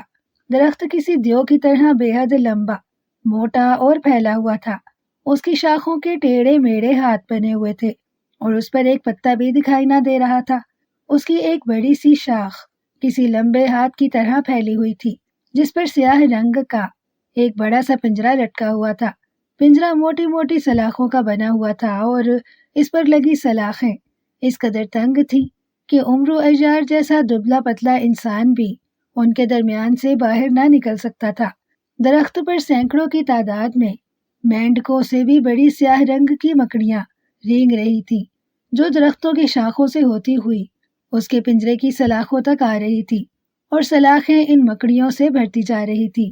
ارے باپ رے، یہ مکڑیاں تو واقعی بڑی خوفناک ہیں اور ان کی تعداد اتنی زیادہ ہے کہ یہ مجھے لمحوں میں چٹ کر سکتی ہیں۔ عمرو اجار نے خوف بھرے لہجے میں کہا۔ ہاں آقا، محافظ بونے نے جواب دیا جو اس کے کندھے پر آ کر بیٹھ گیا تھا۔ میں حاضر غائب ہونے والی انگوٹھی پہن لوں تو کیا اس کے ذریعے اس پنجرے سے غائب ہو کر نکل سکتا ہوں؟ عمرو اجار نے پوچھا۔ نہیں آقا، اس پنجرے سے آزاد ہونے کے لیے آپ کو ان مکڑیوں کے سوال کا جواب دینا پڑے گا۔ سوال کا جواب دیے بغیر آپ کسی بھی طرح اس پنجرے سے نہیں نکل سکیں گے۔ سامری جادوگر نے یہ طلسم ایسا ہی بنایا ہے، وہ چونکہ مر چکا ہے، اس لیے اس کے طلسم میں کوئی رد و بدل نہیں ہو سکتا، ورنہ پنجرے سے غائب کر کے میں بھی آپ کو نکال سکتا تھا۔ محافظ بونے نے کہا تو عمرو اجار نے ہونٹ بھینچ لیے۔ سیاہ مکڑیاں پنجرے کی تمام سلاخوں پر پھیلتی جا رہی تھیں اور اب عمرو اجار کو پنجرے کی ایک سلاخ بھی خالی دکھائی نہ دے رہی تھی۔ اچانک عمرو اجار کو ایک چیختی ہوئی انسانی آواز سنائی دی۔ آواز بے حد باریک اور عجیب سی تھی، لیکن عمرو اجار کو ایسا لگ رہا تھا جیسے چیختی ہوئی یہ آواز اس کے کانوں میں زبردستی گھس گئی ہو۔ عمرو بوکھلا گیا۔ ارے باپ رے، یہ کون چیخا ہے؟ عمرو اجار نے بوکھلائے ہوئے لہجے میں کہا۔ ایک مکڑی آپ سے مخاطب ہوئی ہے آقا، اس کے کندھے پر بیٹھے محافظ بونے نے کہا تو عمرو اجار چونک پڑا۔ میں تاتانی ہوں عمرو اجار، اس طلسم کے پہلے مرحلے کی محافظ۔ تم اس وقت موت کے پنجرے میں قید ہو۔ اگر تم اس پنجرے سے رہائی حاصل کرنا چاہتے ہو تو تمہیں میرے ایک سوال کا جواب دینا ہوگا۔ تم نے صحیح جواب دیا تو نہ صرف تمہاری جان بچ جائے گی بلکہ تمہیں اس پنجرے سے بھی رہا کر دیا جائے گا، ورنہ اس پنجرے میں سیاہ مکڑیوں کا سیلاب آ جائے گا جو تمہاری بوٹی بوٹی الگ کر کے تمہیں کھا جائیں گی، تمہاری ہڈیاں بھی سلامت نہیں رہیں گی۔ اس چیختی ہوئی آواز نے کہا۔ اوہ، سوال بتاؤ، عمرو اجار نے کہا۔ وہ پنجرے کی سلاخوں پر کلبلاتی ہوئی سیاہ مکڑیوں کو دیکھ کر واقعی خوف زدہ ہو رہا تھا۔ تم جس پنجرے میں قید ہو، اس پنجرے کی 70 سلاخیں ہیں، ہر سلاخ پر 70 تاتانیاں موجود ہیں۔ ان سلاخوں پر چمٹی ہوئی چند تاتانیاں غائب ہو جائیں گی۔ تمہاری آنکھوں کے سامنے اندھیرا ہے، لیکن اس کے باوجود تم نے بتانا ہے کہ تمہارے پنجرے کی 70 سلاخوں پر کل کتنی تاتانیاں باقی ہیں۔ اگر تم نے صحیح تعداد بتا دی تو تم جیت جاؤ گے، ورنہ ہار کی صورت میں موت تمہارا مقدر بنے گی۔ سیاہ مکڑی نے اسی طرح سے چیختے ہوئے کہا۔ کیا مطلب؟ یہ کیسا سوال ہے؟ عمرو اجار نے حیرت بھرے لہجے میں کہا۔ آقا، اس نے آپ سے بہت آسان سوال کیا ہے۔ ان کا خیال ہے کہ آپ اندھیرے میں نہیں دیکھ سکتے، اس لیے آپ کو یہ نظر ہی نہیں آئے گا کہ پنجرے کی سلاخوں سے کتنی تاتانیاں، میرا مطلب ہے سیاہ مکڑیاں غائب ہوں گی۔ آپ نے غائب ہونے والی مکڑیوں اور باقی رہ جانے والی مکڑیوں کی تعداد گننی ہے، اور بس۔ محافظ بونے نے مسرت بھرے لہجے میں جواب دیا۔ آہستہ بولو، کہیں یہ تمہاری بات نہ سن لے۔ عمرو عیار نے کہا، آپ بے فکر رہیں آقا، یہ میری آواز نہیں سن سکتی اور نہ مجھے دیکھ سکتی ہیں، محافظ بونے نے کہا تو عمرو عیار نے پرسکون انداز میں سر ہلا دیا۔ اسی لمحے عمرو عیار نے سلاخوں پر چمٹی ہوئی مکڑیوں کو غائب ہوتے دیکھا۔ پنجرے کے گرد 70 سلاخیں تھیں جن پر مکڑی کے کہنے کے مطابق 70 مکڑیاں چمٹی ہوئی تھیں، جن کی کل تعداد 4900 مکڑیاں بنتی تھی۔ اب جو مکڑیاں غائب ہو رہی تھی عمرو عیار انہیں گن رہا تھا۔ پنجرے کی ہر سلاخ سے 10 مکڑیاں غائب ہوئی تھیں۔ 70 سلاخوں سے غائب ہونے والی مکڑیوں کی تعداد 700 تھی۔ 4900 مکڑیوں میں سے 700 مکڑیاں غائب ہوئی تھیں، اس لیے ان سلاخوں پر چمٹی ہوئی مکڑیوں کی تعداد گھٹ کر 4200 رہ گئی تھی۔ عمرو عیار چاروں طرف گھوم گھوم کر ہر سلاخ کی طرف دیکھ رہا تھا۔ تاتانیاں غائب ہو گئی ہیں۔ عمرو عیار، اب بتاؤ تاتانیوں کی کل کتنی تعداد تھی، کتنی غائب ہوئی ہیں، اور اب پنجرے کی 70 سلاخوں پر کتنی تعداد میں تاتانیاں باقی ہیں؟ سیاہ مکڑی کی چیختی ہوئی آواز سنائی دی، جواب دیں آقا، یہ آپ سے 3 بار پوچھے گی۔ اگر آپ نے تیسری بار میں بھی اسے جواب نہ دیا تو ساری مکڑیاں سلاخوں سے اچھل کر پنجرے کے اندر آ جائیں گی۔ اور پھر محافظ بونے نے کہا، چپ رہو، مجھے گننے دو، اگر میں نے غلطی کی تو موت میری ہوگی، تمہاری نہیں۔ عمرو عیار نے گررا کر کہا تو محافظ بونا خاموش ہو گیا۔ عمرو عیار سلاخوں پر چمٹی ہوئی مکڑیوں کو بار بار گن رہا تھا۔ ظاہر ہے مکڑیوں کی تعداد ہزاروں میں تھی، اس لیے اسے گننے میں مشکل پیش آ رہی تھی، اس لیے اسے جواب دینے میں وقت لگ رہا تھا۔ میں دوسری بار پوچھ رہی ہوں عمرو عیار، جواب دو، مکڑی نے چیخ کر کہا۔ عمرو عیار نے جواب نہ دیا، وہ مسلسل گھومتا ہوا مکڑیاں گن رہا تھا۔ اب تمہارے پاس آخری لمحات ہیں، جواب دو ورنہ، سیاہ مکڑی نے بری طرح سے چیختے ہوئے کہا۔ پنجرے کی 70 سلاخوں پر 70 مکڑیاں، میرا مطلب ہے تاتانیاں تھیں، ان میں سے 10 تاتانیاں غائب ہوئی ہیں جن کی تعداد 700 بنتی ہے، اس لیے اب پنجرے کی 70 سلاخوں پر تاتانیوں کی تعداد 4200 رہ گئی ہے، عمرو عیار نے چیختے ہوئے کہا۔ عمرو عیار نے اتنا ہی کہا تھا کہ اسی لمحے اس نے اچانک پنجرے کی سلاخوں کو سرخ ہوتے دیکھا۔ پنجرے کی سلاخیں جیسے جیسے سرخ ہو رہی تھی ان پر چمڑی ہوئی سیاہ مکڑیاں جل جل کر راکھ بن کر گرتی جا رہی تھی۔ کچھ ہی دیر میں پنجرے کی ساری سلاخیں ان مکڑیوں سے صاف ہو گئی اور پھر اچانک پنجرے کے نچلے حصے کا تختہ کھل گیا اور عمرو عیار چیختا ہوا پنجرے سے نکل کر نیچے جا گرا۔ نیچے گرتے ہی ایک لمحے کے لیے عمرو عیار کی آنکھوں کے سامنے رنگ برنگے تارے سے ناچ اٹھے۔ دوسرے لمحے جب عمرو عیار سیدھا ہوا تو وہ یہ دیکھ کر چونک پڑا کہ اب نہ وہاں تاریکی تھی، نہ وہ میدان، نہ ہی وہ دیو جیسا دکھائی دینے والا درخت کہیں دکھائی دے رہا تھا جس پر لٹکے ہوئے پنجرے میں عمرو عیار قید تھا۔ وہ اس وقت ایک بڑی سی وادی میں موجود تھا جس کے چاروں طرف اسے اونچی نیچی پہاڑیاں دکھائی دے رہی تھی۔ میدان صاف تھا، وہاں سوائے اس کے کوئی اور دکھائی نہ دے رہا تھا، ہر سو گہری خاموشی مسلط تھی۔ یہ کیا؟ یہ کون سی جگہ ہے؟ وہ پنجرا اور وہ مکڑیاں کہاں ہیں؟ عمرو عیار نے حیرت زدہ لہجے میں کہا۔ آپ نے تاتانی کے سوال کا ٹھیک جواب دیا تھا آقا، اس لیے آپ کو اس پنجرے سے آزادی مل گئی ہے اور اب آپ سامنے طلسمات کے پہلے طلسم میں ہیں۔ آپ کے سامنے ایک خوفناک طلسم کھلنے والا ہے، اس کے کاندھے پر بیٹھے ہوئے محافظ بونے نے جواب دیا تو عمرو عیار چونک پڑا۔ خوفناک طلسم؟ عمرو عیار کے منہ سے نکلا۔ ہاں آقا، خوفناک طلسم، محافظ بونے نے کہا۔ اسی لمحے عمرو عیار کی نظریں سامنے پہاڑیوں پر پڑی تو وہ خوف سے اچھل پڑا۔ سامنے پہاڑیوں پر سے سیاہ رنگ کے خوفناک اور بڑے بڑے شیر دھاڑتے اور چھلانگے مارتے ہوئے نیچے آ رہے تھے۔ ان شیروں کی تعداد بے حد زیادہ تھی اور وہ غصے سے گرجتے ہوئے اس تیزی سے دوڑتے ہوئے عمرو عیار کی طرف بڑھ رہے تھے جیسے وہ قریب آتے ہی عمرو عیار کی بوٹیاں اڑا کر رکھ دیں گے۔ شہنشاہ افراسیاب ایک جنگل کے درمیان میں کھڑا تھا۔ جنگل بے حد گھنا تھا، اس کے ارد گرد بے شمار درخت ایک دائرے کی شکل میں موجود تھے۔ ایسا لگ رہا تھا جیسے وہ درختوں کے دائرے کے جھنڈ میں ہو درمیانی زمین صاف تھی، وہاں گھاس کا ایک تنکا بھی دکھائی نہ دے رہا تھا۔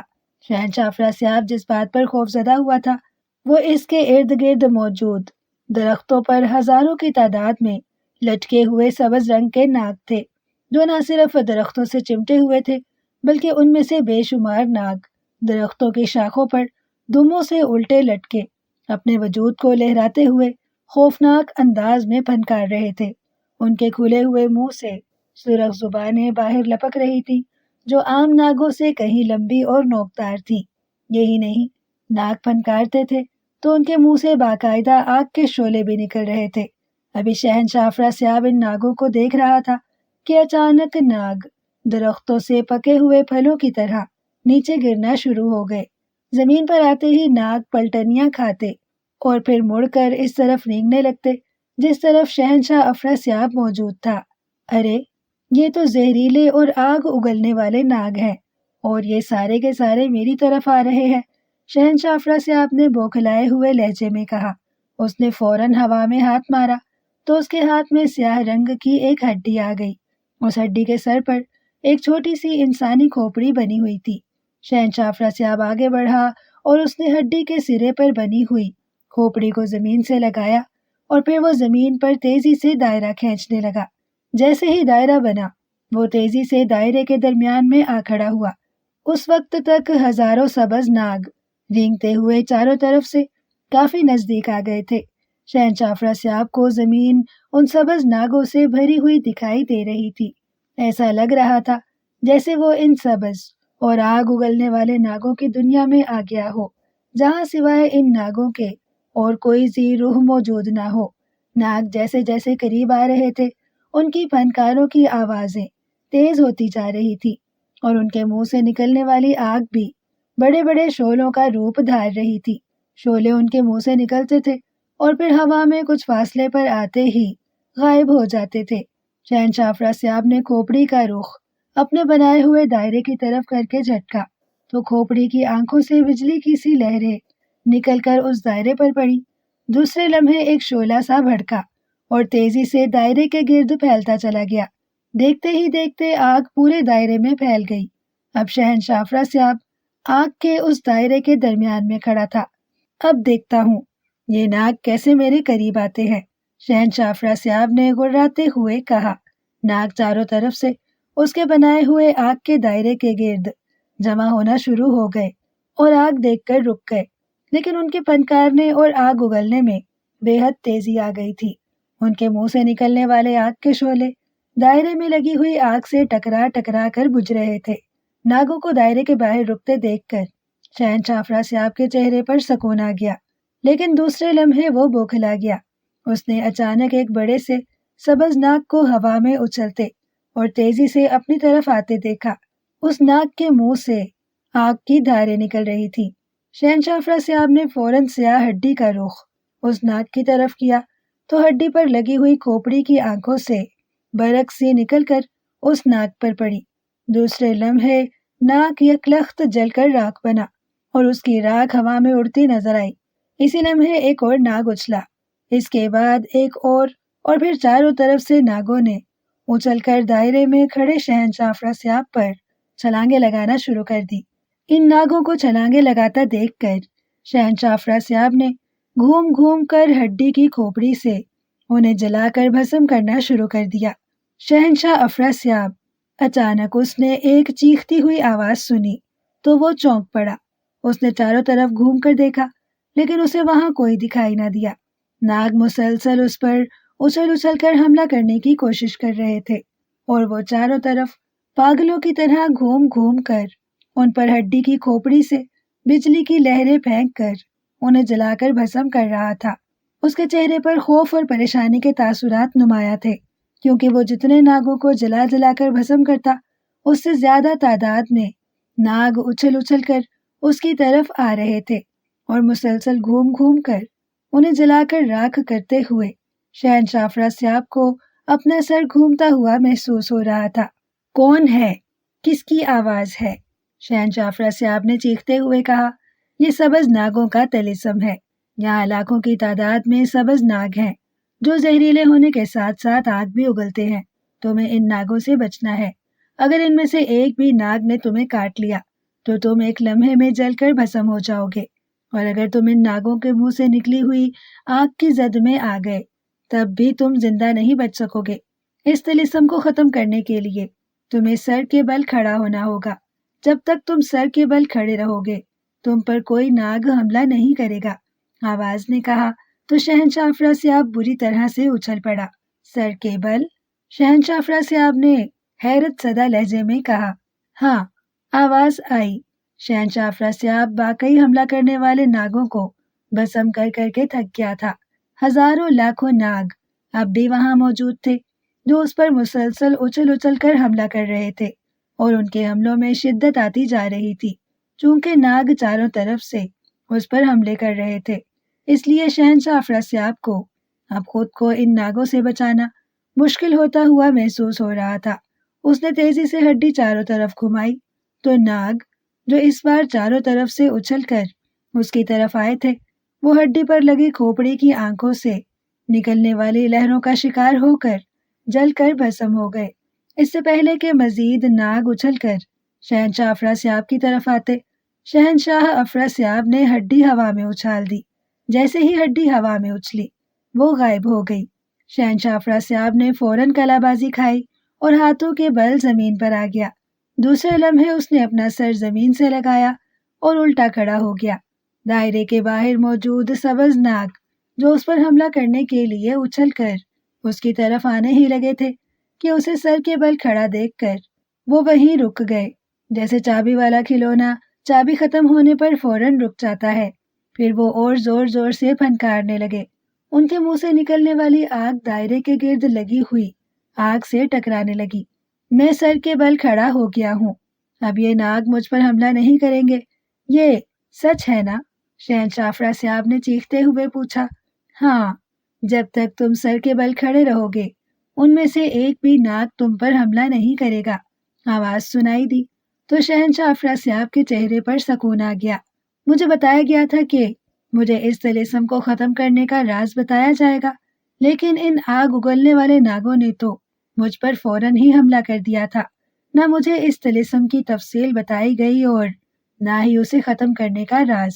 شہنشاہ افراسیاب نے چیختے ہوئے کہا، تم نے سبز ناگوں کو اپنے قریب آنے اور حملہ کرنے کی دعوت خود دی تھی۔ شہنشاہ افراسیاب، اگر تم اپنی جگہ پر کھڑے رہتے تو ناگ تمہارے ارد گرد آ کر جمع ہو جاتے، یہ نہ تو تم پر حملہ کرتے اور نہ تم پر آگ پھینکتے، لیکن تم نے اپنی جادوئی طاقت سے آگ کا دائرہ بنا کر انہیں روکنے کی کوشش کی تھی، اس لیے یہ تم پر حملہ آور ہو گئے۔ بہرحال اگر تم اس طلسم کو سر کرنا چاہتے ہو تو تمہیں الٹا لٹک کر ان ناگوں کے اوپر جانا ہوگا اور اسی حالت میں سبز رنگ کے اس ناگ کو تلاش کرنا ہوگا جس کی دم نیلے رنگ کی ہے۔ اس ناگ کو پہچان کر تمہیں اسے ہلاک کرنا ہوگا۔ جیسے ہی تم اس ناگ کو ہلاک کرو گے اسی وقت سارے سبز ناگ غائب ہو جائیں گے اور سامری جادوگر کے طلسمات کا یہ مرحلہ ختم ہو جائے گا۔ آواز نے کہا تو شہنشاہ افراسیاب کے چہرے پر حیرانی لہرانے لگی۔ الٹا لٹک کر ان ناگوں کے اوپر جانا ہوگا؟ کیا مطلب؟ میں الٹا لٹک کر ان ناگوں کے اوپر کیسے جا سکتا ہوں؟ اور یہاں تو لاکھوں کی تعداد میں سانپ ہیں، کیا میں ایک ایک ناگ کی دم پکڑ کر دیکھوں گا کہ کس کی دم سبز ہے اور کس کی نیلی؟ شہنشاہ افراسیاب نے غصیلے لہجے میں کہا، لیکن اس بار اسے جواب میں کوئی آواز سنائی نہ دی۔ مجھے جواب دو، خاموش کیوں ہو گئے ہو؟ شہنشاہ افراسیاب نے غصے سے چیختے ہوئے کہا، لیکن پھر بھی خاموشی رہی۔ شاید آواز اسے طلسم کے بارے میں بتانے آئی تھی۔ اب وہاں خاموشی چھا گئی تھی۔ شہنشاہ افراسیاب کافی دیر چیختا چلاتا رہا، لیکن جب اسے کوئی آواز سنائی نہ دی تو شہنشاہ افراسیاب پریشان ہو گیا۔ سامری جادوگر نے یہ کیسے احمقانہ طلسمات بنائے ہیں؟ ایک تو مجھے یہاں سر کے بل کھڑا ہو کر ان ناگوں سے بچنا پڑ رہا ہے، اور دوسرا اس احمق آواز نے مجھ سے کہا ہے کہ مجھے الٹا لٹک کر ان ناگوں پر جانا ہے اور ان میں سے ایسے ناگ کو تلاش کرنا ہے جس کی دم نیلی ہے، اور پھر مجھے اس ناگ کو ہلاک کرنا ہے۔ یہ سب کیسے ممکن ہے؟ آخر سامری جادوگر نے کیا سوچ کر یہ طلسمات بنائے تھے؟ شہنشاہ افراسیاب نے غصے سے بڑبڑاتے ہوئے کہا۔ وہ سر کے بل کھڑا کھڑا تھک گیا تھا۔ اس کا دل چاہ رہا تھا کہ وہ کلا بازی کھا کر سیدھا ہو جائے، لیکن وہ جانتا تھا کہ ان زہریلے اور آگ اگلنے والے ناگوں سے وہ اس وقت تک محفوظ رہ سکتا ہے جب تک وہ سر کے بل کھڑا ہے۔ جیسے ہی وہ اپنے پیروں پر کھڑا ہوگا، ناگ ایک بار پھر اس پر حملہ کر دیں گے، اور ان ناگوں نے یا تو اسے ڈس لینا ہے یا پھر منہ سے آگ اگل کر اسے جلا دینا ہے۔ دونوں ہی صورتوں میں اس کی موت ہو سکتی تھی، لیکن اس کے لیے یہ پریشانی تھی کہ وہ خود کو الٹا لٹکائے کس طرح ان ناگوں پر چکر لگا سکتا تھا۔ یہ کیسے ان میں سے نیلی دم والے ناگ کو تلاش کر سکتا تھا؟ اب میں کیا کروں؟ میری سمجھ میں تو کچھ بھی نہیں آ رہا ہے۔ کاش میرے ساتھ ملکہ حیرت جادو ہوتی تو وہ مجھے اس مسئلے سے نکلنے کا کوئی نہ کوئی حل ضرور بتا دیتی، شہنشاہ افراسیاب نے بڑبڑاتے ہوئے کہا۔ پھر وہ اچانک چونک پڑا۔ اوہ ہو، میں بھی کتنا بڑا احمق ہوں، میں تو یہ بھول ہی گیا تھا کہ میں شہنشاہ افراسیاب ہوں، جادوگروں کا شہنشاہ، اور مجھ جیسا بڑا جادوگر اس دنیا میں کوئی نہیں ہے۔ میں جادو کے ذریعے سب کچھ کر سکتا ہوں، سب کچھ، شہنشاہ افراسیاب نے بڑبڑاتے ہوئے کہا۔ اس نے تیزی سے کچھ پڑھا اور پھر اپنا ہاتھ اپنے پیروں کی طرف جھٹکا تو اچانک ایک رسی نمودار ہوئی اور اس کا ایک سرا تیزی سے شہنشاہ افراسیاب کی دونوں ٹانگوں کے گرد لپٹتا چلا گیا۔ پھر رسی کا دوسرا سرا ہوا میں اٹھا اور بلندی پر جا کر کسی نیزے کی طرح تن گیا۔ ایسا معلوم ہو رہا تھا جیسے کسی نادیدہ ہستی نے رسی کے دوسرے سرے کو پکڑ کر اوپر کی طرف کھینچ رکھا ہو۔ شہنشاہ افراسیاب نے ایک اور منتر پڑھ کر پھونکا تو ہوا میں اٹھے ہوئے رسی کے سرے پر ایک بڑا سا پرندہ نمودار ہوا۔ یہ چمگادڑ جیسا پرندہ تھا جو دیو قامت اور انتہائی خوفناک تھا۔ پرندے نے نمودار ہوتے ہی زوردار چنگھاڑ ماری اور پر مارتا ہوا ہوا میں معلق ہو گیا۔ اس رسی کو اپنے پنجوں میں پکڑو اور مجھے الٹا لٹکائے ان ناگوں کے اوپر سے گزارو۔ ان ناگوں میں سبز رنگ کا ایک ایسا ناگ ہے جس کی دم نیلے رنگ کی ہے۔ مجھے اس ناگ کو تلاش کرنا ہے، اٹھاؤ مجھے جلدی، شہنشاہ افراسیاب نے چیختے ہوئے کہا۔ تو چمگادڑ نما پرندے نے جھپٹ کر رسی کا دوسرا سرا پکڑا اور پھر پر مارتا ہوا اوپر اٹھنے لگا۔ جیسے جیسے وہ اوپر اٹھ رہا تھا، شہنشاہ افراسیاب بھی اس کے ساتھ رسی سے لٹکا اوپر اٹھنا شروع ہو گیا۔ شاباش، اٹھاؤ مجھے، اسی طرح سے اوپر اٹھاتے جاؤ، شہنشاہ افراسیاب نے کہا تو پرندہ اسے لیے کافی بلند ہو گیا۔ اب شہنشاہ افراسیاب زمین سے تقریباً 10-12 فٹ بلند الٹا لٹکا ہوا تھا۔ اس نے ہوا میں ہاتھ مارا تو اس کے ہاتھ میں ایک تلوار آ گئی جس کی دھار بے حد چمکدار اور تیز تھی۔ اب مجھے ان ناگوں کے اوپر سے گزارو، میں ایک ایک ناگ اور اس کی دم دیکھنا چاہتا ہوں، شہنشاہ نے کہا تو پرندہ اسے لیے آہستہ آہستہ ہوا میں تیرنے لگا۔ اسے ہوا میں الٹا لٹکے تیرتے دیکھ کر ناگ سر اٹھا اٹھا کر خوفناک انداز میں پھنکارنے لگے۔ ناگوں کی تعداد لاکھوں میں تھی، لیکن یہ دیکھ کر شہنشاہ افراسیاب مطمئن ہو گیا تھا کہ ناگوں کی اتنی تعداد ہونے کے باوجود وہ ایک دوسرے سے الجھے ہوئے نہیں تھے، بلکہ سب کے سب ایک دوسرے سے قدرے فاصلے پر تھے۔ ان کی دمیں آسانی سے دیکھی جا سکتی تھی۔ ناگ اچھل اچھل کر شہنشاہ افراسیاب پر پھر سے حملے کرنا شروع ہو گئے تھے، لیکن شہنشاہ افراسیاب ان سے کافی بلندی پر تھا، اس لیے نہ تو ناگ اس تک پہنچ پا رہے تھے اور نہ ان کے منہ سے نکلنے والی آگ اسے کوئی نقصان پہنچا رہی تھی۔ آگ ہوا میں اوپر اٹھتے ہی ختم ہو جاتی تھی، اس لیے شہنشاہ افراسیاب مطمئن تھا کہ ناگ اب اسے کوئی نقصان نہ پہنچا سکیں گے۔ وہ پرندے کے ذریعے رسی سے الٹا لٹک کر فضا میں تیرتا رہا۔ اس نے ایک ایک کر کے تمام ناگوں کی دموں کو اچھی طرح سے دیکھ لیا، لیکن سب کے سب ناگوں کی دمیں ایک جیسی تھی اور ان کے رنگ سبز ہی تھے۔ ان میں سے ایک بھی ناگ ایسا نہ تھا جس کی دم نیلے رنگ کی ہو، اور شہنشاہ افراسیاب کو بتایا گیا تھا کہ اسے ایسے ناگ کو تلاش کر کے ہلاک کرنا ہے جس کی دم نیلے رنگ کی ہے۔ یہ کیا؟ میں نے تو سب ناگوں کو دیکھ لیا ہے، یہاں تو ایک بھی ایسا ناگ نہیں ہے جس کی دم نیلے رنگ کی ہو۔ اب میں کیا کروں؟ اگر میں نے نیلی دم والے ناگ کو تلاش کر کے اسے ہلاک نہ کیا تو یہ طلسم کیسے ختم ہوگا؟ شہنشاہ افراسیاب نے حیرت بھرے لہجے میں کہا۔ وہ پرندے کے ذریعے الٹا لٹکا، پھر ان ناگوں میں نیلے دم والے ناگ کی تلاش کرنے لگا، لیکن لا حاصل۔ کہیں اس بدرو نے مجھے دھوکہ تو نہیں دیا کہ ان ناگوں میں نیلے رنگ کی دم والا ناگ موجود ہے۔ وہ آواز یقیناً کسی بدروح کی تھی۔ شہنشاہ افراسیاب نے پریشانی کے عالم میں کہا۔ الٹا لٹکے لٹکے اس کا حشر ہوتا جا رہا تھا۔ اس کا چہرہ سرخ ہو گیا تھا، جیسے اس کے جسم کا سارا خون سمٹ کر اس کے چہرے پر آ گیا ہو۔ اب میں کیا کروں؟ مجھے نیلی دم والا ناگ تو کہیں دکھائی نہیں دے رہا، شہنشاہ افراسیاب نے ہونٹ چباتے ہوئے کہا۔ اسی لمحے اس کی نظریں ایک ناگ پر پڑی جو دوسرے ناگوں کے برعکس کنڈلی مارے بیٹھا تھا۔ اس نے اپنی دم چھپائی ہوئی تھی۔ ایک لمحے کے لیے اس نے جھرجھری سی لی تو اس کی دم ظاہر ہوئی تھی، جو شہنشاہ افراسیاب کو نیلے رنگ کی معلوم ہوئی تھی۔ اس ناگ کو دیکھ کر شہنشاہ افراسیاب کی آنکھوں میں چمک آ گئی۔ اس نے پرندے کو حکم دیا کہ وہ اس ناگ کی طرف بڑھے۔ پرندہ تیزی سے آگے بڑھا اور شہنشاہ افراسیاب کو لیے اس ناگ کے پاس آ گیا جو کنڈلی مارے بیٹھا تھا۔ شہنشاہ افراسیاب کو اپنی جانب آتے دیکھ کر ناگ بوکھلا سا گیا اور اس نے تیزی سے کنڈلی کھولی اور اپنا سر زمین سے لگا کر تیزی سے ایک طرف رینگنے لگا۔ ناگ جیسے ہی کنڈلی کھول کر رینگنا شروع ہوا، شہنشاہ افراسیاب کو اس کی دم واضح دکھائی دے گئی۔ دم واقعی نیلے رنگ کی تھی۔ وہ ناگ شہنشاہ افراسیاب کو دیکھ کر بھاگ اٹھا تھا۔ شہنشاہ افراسیاب نے پرندے کو حکم دیا تو پرندہ اسے الٹا لٹکائے تیزی سے رینگ کر دور جاتے ہوئے نیلی دم والے ناگ کی طرف لے کر بڑھا۔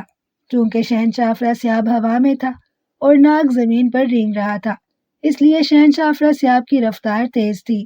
وہ فوراً ہی اس ناگ تک پہنچ گیا، اس سے پہلے کہ ناگ اسے جل دے کر نکل جاتا۔ شہنشاہ افراسیاب نے لمبے پھل والی تلوار پوری قوت سے ناگ کے سر پر دے ماری۔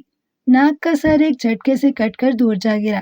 دوسرے لمحے سر کٹے ناگ کا وجود بری طرح سے چرمر ہونے لگا۔ اس کے کٹے ہوئے سر سے خون کا فوارہ سا چھوٹا تھا۔ اگر پرندہ شہنشاہ افراسیاب کو لے کر تیزی سے پیچھے نہ ہٹ جاتا تو ناگ کی کٹی ہوئی گردن سے اچھلنے والا خون کا فوارہ اس کا چہرہ بھگو دیتا۔ ناگ کا سر کٹا وجود چند لمحے چرمراتا رہا، پھر اچانک اس کے وجود اور اس کے کٹے ہوئے سر میں آگ لگ گئی۔ اسی لمحے وہاں موجود دوسرے ناگ بھی خود بخود آگ کی لپیٹ میں آ گئے اور پھر دیکھتے ہی دیکھتے وہاں موجود تمام ناگ آگ میں جلنا شروع ہو گئے۔ وہ آگ میں جلتے ہوئے بری طرح سے چرمر ہو رہے تھے، اس سے پہلے کہ ناگ مکمل طور پر جل کر راکھ بن جاتے۔ اچانک شہنشاہ افراسیاب کے پیروں پر بندھی ہوئی رسی خود بخود کھل گئی۔